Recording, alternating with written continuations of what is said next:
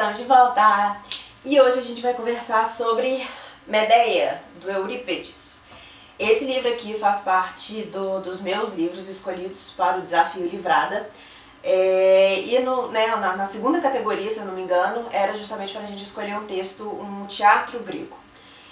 Eu fiquei muito na dúvida se eu li o Medeia ou o Édipo Rei, que também é muito famoso, e aí eu escolhi, diante a sinopse dos dois, eu decidi por essa tragédia aqui do Eurípides mesmo. Édipo Rei a gente lê mais pra frente. E aí essa ediçãozinha minha aqui, que é da Martine Claret, não sei como se pronuncia, ela tem uns textozinhos de apoio logo aqui no começo que eu achei bem interessantes e bem esclarecedores, porque teatro grego, teatro na verdade de uma forma geral, são pouquíssimas as pessoas que leem e que gostam.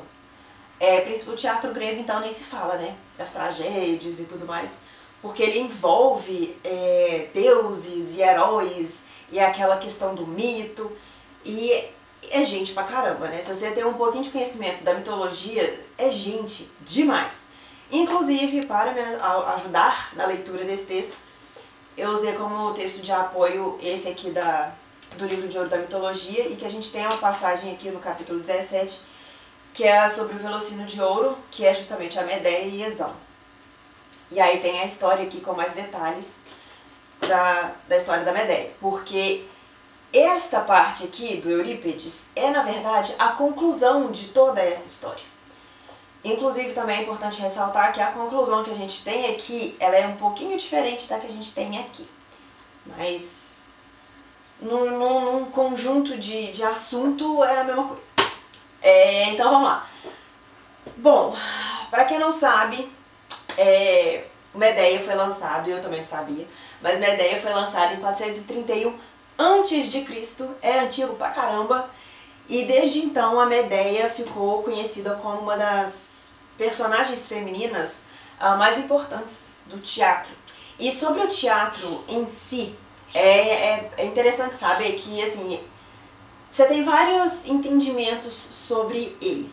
Um deles é que ele é constituído de 3 elementos principais, né? O texto, o público e o ator, a pessoa que vai interpretar esse texto. A parte que mais se destaca, né, a parte que prevalece, é sempre o texto. Em relação aos autores, em relação ao público, eles são elementos intercambiáveis, assim, eles mudam, eles vão variar muito de acordo com o lugar que está sendo apresentado, a interpretação do ator vai depender muito do ator, porém o texto é aquele elemento fixo e é ele que vai meio que ditar o tom dessas demais categorias. Porém, você precisa das 3 para constituir um teatro, né? Se você não tiver um público, não é um teatro. Se você não tiver um texto, não é um teatro. Se você não tiver o ator, não é teatro. Porém, Aristóteles, ele diz que são necessários, na verdade, 6 elementos, que é o pensamento, fábula, caráter, linguagem, melodia e encenação. Nessa ediçãozinha aqui, que é de onde eu tirei essas informações, ele vai explicar com mais detalhe cada um desses 6 elementos que o Aristóteles considera essenciais para o desenvolvimento de um teatro, né? De um espetáculo. E em função das tragédias dentro do teatro grego, o enredo era constituído principalmente do mito, e principalmente dos mitos do Dionísios, né, do deus. É Dionísio? Mitos dionísicos. E depois, à medida do tempo, eles foram abrindo mais o leque de possibilidades, então eles buscaram contar histórias sobre outros deuses, inclusive eles começaram a contar até mesmo dos heróis. Então, assim, você tem a interação de deuses e humanos e semideuses, e é uma confusão danada. Por isso que eu precisei ler esse livro aqui. Que mais? E o Eurípides, ele tem um papel muito importante na tragédia, principalmente na tragédia grega, porque ele faz parte, né, dos grandes escritores de tragédias, junto com o gente, essas pessoas têm um nome muito difícil. Sófocles. E o Eurípides, ele foi responsável por algumas mudanças na narrativa desses textos, porque ele deixou os textos mais humanos, no sentido de ceticismo mesmo, no sentido de cru, uma coisa mais realista, que é o que a gente tem, que é justamente o final deste livro aqui. Então ele começou a abandonar, sabe, essa coisa da mitologia, dos deuses e heróis, de enaltecer, sabe, essas jornadas, essas aventuras e tudo mais. Ele trouxe ele diminuiu o tom um pouquinho e deixou mais acessível para nós, humanos, como se nós realmente fôssemos os personagens principais e não apenas um tecido de fundo para as aventuras dos deuses. Umas coisas desse tipo. Agora sobre a história. E aí, como eu falei, né, aqui a gente tem só a conclusão, eu tirei a história da Medeia deste livro aqui. Mas agora sobre a história de fato da Medeia. O que acontece? Pra gente saber, pra gente conseguir ler, na verdade, a história da Medeia, é preciso a gente voltar um pouquinho na história dos personagens até a gente chegar aqui. E foi por isso que eu usei esse livro aqui da mitologia. O que acontece? A gente tem então o rei Esão. Ele é, né, um reino muito próspero e tal, só que ele já estava ficando bem velhinho, já não tinha mais condições de reinar direito. Só que o filho dele, o Jazão, era muito novinho, ele não tinha condições de assumir o trono. Então o rei Esão, né, diante da situação, ele passou a coroa para Pélias, que é o irmão dele, com a promessa de que Pélias devolveria, né, passaria a coroa para o Jazão assim que ele assumisse a maioridade. E aí, né, com o passar do tempo e tal, o Jazão finalmente atingiu a maioridade e virou e falou assim: tio, me dá a coroa aí. E aí o Pélias, confortável com aquela situação, ele falou assim: ok, eu até te passo a coroa, porém você vai ter que merecer essa coroa. E aí colocou uma missão de merecimento para o Jazão e fez ele correr atrás do Velocino de Ouro, que estava em outro lugar, bem distante, e que Pélias, na verdade, estava querendo era que Jazão morresse e ele ficasse com a coroa. Jazão, que não é bobo nem nada, é um homem muito forte, muito bem instruído e sem medo de nada, foi atrás do Velocino de Ouro e ele juntou uma turma muito boa de aventureiros. Inclusive, nessa turma nós temos ninguém menos do que Hércules, Teseu, o Orfeu e o Nestor. Então, assim, ele foi muito bem sucedido. Ele chegou como é que chama lá? Em Cólquida, que é onde estava o Velocino de Ouro. Só que nem tudo na vida é fácil. E aí o rei de Cólquida lá, que é o... Cadê o nome dele? O rei Étis. Ele falou assim: tudo bem, eu te dou o Velocino de Ouro.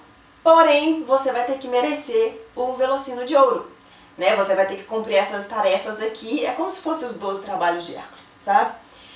Você vai cumprir essas tarefas aqui e se você terminar as 3 com sucesso, eu te dou o Velocino, beleza? Beleza. Nesse meio termo, Medeia, que é a filha do rei Étis, se apaixonou por Jazão.